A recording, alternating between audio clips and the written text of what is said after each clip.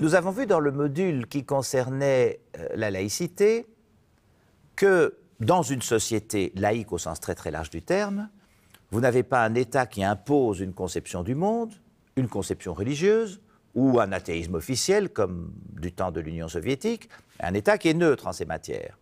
Ça veut dire quoi? Ça veut dire qu'il laisse aux individus la liberté de conscience. Donc ces individus peuvent avoir des conceptions du monde très différentes, des religions différentes, et à l'intérieur même des religions, des interprétations des religions, puisqu'ils sont libres. Ils peuvent aussi ne pas s'en préoccuper, ce qui est parfaitement leur droit. Donc il y a des tas de possibilités. Et ça ne vaut pas que pour les religions, ça vaut pour les manières de vivre, ça vaut pour les mœurs, etc., etc. Tout est ouvert au débat. Puisque, au fond, ce que l'État impose, c'est que les individus respectent un certain nombre de règles, qu'ils se respectent les uns les autres, qu'ils défendent leur pays, etc., etc. Alors ça pose un problème du point de vue de l'organisation de la société démocratique. Parce qu'une chose est de dire que vous avez des individus comme des espèces de petits groupes, hein, vous avez telle religion, telle autre, puisque c'est permis, vous en avez beaucoup. Bon. Mais comment vont-ils vivre ensemble? Est-ce qu'ils vont simplement être les uns à côté des autres? Non, bien sûr que non. Il faut qu'ils s'arrangent pour vivre en commun. S'ils vivent dans une même société, nécessairement, ils doivent régler des problèmes communs. Tout ne se règle pas à l'intérieur de leur communauté. Comment font-ils? Eh bien, en démocratie, on argumente. Puisqu'en démocratie, nous nous réunissons en assemblée, où nous élisons des représentants, où nous participons au débat public, et bon, on argumente. Qu'est-ce que c'est qu'argumenter? C'est quand vous dites « il faut faire ceci, il faut faire cela », ou « tel fait s'est passé de telle manière », vous ne dites pas ça, croyez-moi parce que je vous le dis, ou parce que je vous l'impose, ou parce que ça vient de plus haut que moi, vous donnez des raisons. Vous dites c'est parce que ceci, ça, plutôt que cela, et vous essayez de convaincre, et l'autre va répondre. Et au bout d'un petit temps, on va arriver à un certain type de résultat. Donc on échange des arguments, toujours quand on discute. Et qu'est-ce que ça veut dire échanger des arguments? C'est donner des raisons. On le dit d'ailleurs, pourquoi tu dis ça? Pourquoi aller dans ce sens-ci plutôt que dans celui-là? Je vais vous donner de bonnes raisons.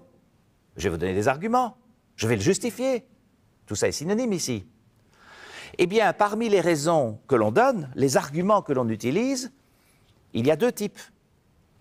Le premier type, c'est ce qu'on appelle des raisons, des arguments publics, et le deuxième, ce sont des raisons, des arguments privés. Alors, public, ça veut dire que tout le public, si vous voulez, tout le monde, est accessible à ces arguments, peut les entendre, peut dire, tiens, je vais examiner ces justifications, examiner ces arguments. Ça ne veut pas dire qu'ils seront d'accord, bien entendu. Ils peuvent être en désaccord, réfuter totalement la position, ça fait partie du débat, ou bien accepter une partie, ou bien un troisième personnage viendra ajouter une autre perspective, ça c'est tout à fait normal. Mais il faut d'abord que les arguments soient accessibles, audibles. Or, il y a un deuxième type d'arguments et de raisons qu'on utilise, qui sont souvent utilisés. Ce sont ce qu'on appelle les raisons privées.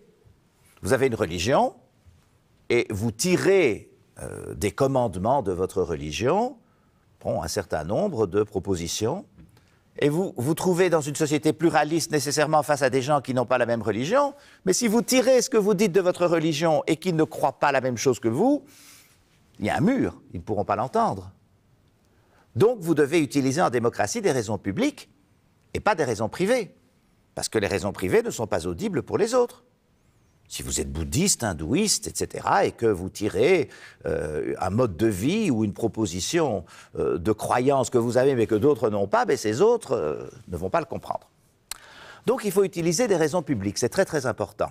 Si vous prenez les grands débats sur les problèmes éthiques, comme le débat sur l'avortement ou le débat sur l'euthanasie, si vous dites « je suis chrétien, c'est Dieu qui a donné la vie et qui la reprend », je ne peux pas toucher au fœtus et je ne peux pas moi-même terminer une vie, même si quelqu'un le demande dans des atroces souffrances à la fin de sa vie. C'est respectable puisque chacun croit ce qu'il veut.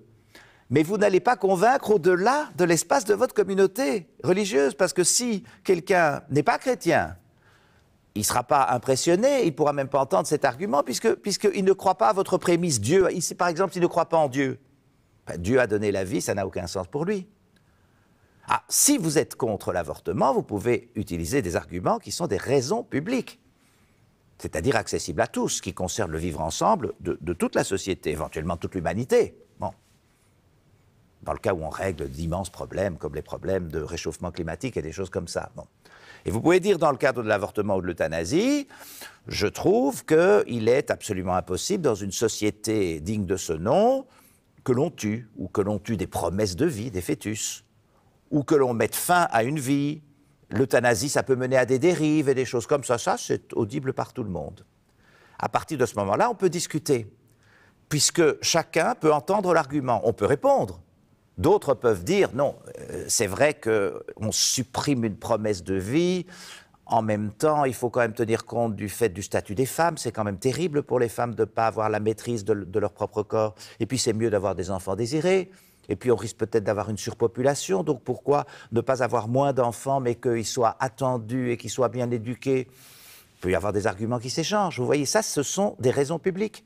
C'est-à-dire tout le monde peut entendre l'argument, être d'accord ou n'être pas d'accord. Mais si vous utilisez des raisons privées, c'est-à-dire des raisons qui appartiennent seulement à votre communauté, à vous, hein, votre espace privé, c'est-à-dire vous avez tout à fait le droit d'avoir une religion, mais tout le monde n'a pas la même, eh bien ça ne marchera pas. Alors ça ne veut pas dire qu'il faille abandonner votre contexte religieux, parce que vos raisons privées peuvent vous motiver, vous-même, à vous engager. Mais quand vous allez essayer d'embarquer d'autres dans votre voyage, eh bien, vous allez être obligé d'utiliser des raisons publiques. Si vous êtes bouddhiste, vous pouvez respecter tous les êtres vivants pour des raisons qui sont essentiellement liées à votre croyance. Vous avez été en Inde ou en Chine ou en Birmanie et vous êtes convaincu que c'est une religion à laquelle vous pouvez adhérer. Est-ce que c'est vraiment une religion? C'est encore tout un autre problème parce qu'on pense religion en termes de religion monothéiste occidentale, mais enfin bon, il y a quand même beaucoup de croyances là-dedans. Et donc si vous y croyez, bon, bien sûr, vous allez tirer comme conséquence je ne touche pas aux êtres vivants. Mais vous pouvez très bien ne pas être bouddhiste du tout et dire « je ne supporte pas la manière dont les animaux sont traités » ou « je considère que l'espèce humaine ne doit pas vivre au détriment d'autres êtres vivants que l'on mange et que l'on traite en conséquence ». Là, vous pouvez utiliser des arguments publics. Et si vous prenez le bouddhiste, il peut être très motivé parce que ça vient de sa croyance. Mais en même temps, pour convaincre d'autres gens, il doit trouver d'autres arguments, des raisons publiques qui vont au-delà de sa communauté, sinon il ne convaincra que les membres de sa communauté. Si vous lisez la Bible et le Nouveau Testament, donc les évangiles qui racontent la vie de Jésus et toutes les actions de Jésus et les discours et ce qu'il propose et son destin tragique, etc., vous avez par exemple un passage qui s'appelle le Sermon sur la montagne, donc il est sur la montagne et il propose un certain nombre de choses. Et là, vous vous dites, c'est quand même quelque chose que peut-être, si je ne suis pas chrétien, je peux entendre. Quand il dit les premiers seront les derniers, donc les premiers sur terre, les plus puissants, etc., ils seront les derniers. Il sera plus difficile à un riche d'entrer au paradis qu'à un chameau de passer par le trou d'une aiguille. Bon, ça veut dire que ce sera quand même très très difficile. Il ne faut pas lapider la femme adultère. Jésus s'entoure d'anciennes prostituées, tous des gens qui théoriquement sont des relégués de la société. Donc il y a une conception qui, pour des esprits contemporains, même s'ils ne sont pas du tout chrétiens, se disent, tiens, par rapport aux inégalités, aux riches, aux pauvres, à la manière de traiter des questions privées comme l'adultère, etc., mais nous sommes assez d'accord avec ça. Il y a des choses dans lesquelles nous pouvons nous reconnaître. Mais il va de soi que si vous n'argumentez qu'en disant « je suis pour le sermon pour la montagne parce qu'il est dans la Bible », ça, vous n'allez pas toucher ceux qui ne croient pas à la Bible. Et donc, quelque part, il y a une espèce de lien, de dialectique entre les arguments privés que l'on donne aux membres de sa communauté ou à soi-même quand on réfléchit, et puis quand on veut sortir parce que nous vivons tous ensemble, et ce qu'on appelle les raisons publiques. Donc les raisons publiques, c'est celles qu'on donne, mais on peut très bien être motivé, et on l'est tous sans doute, par des raisons qui sont issues de notre tradition et qui sont des raisons privées.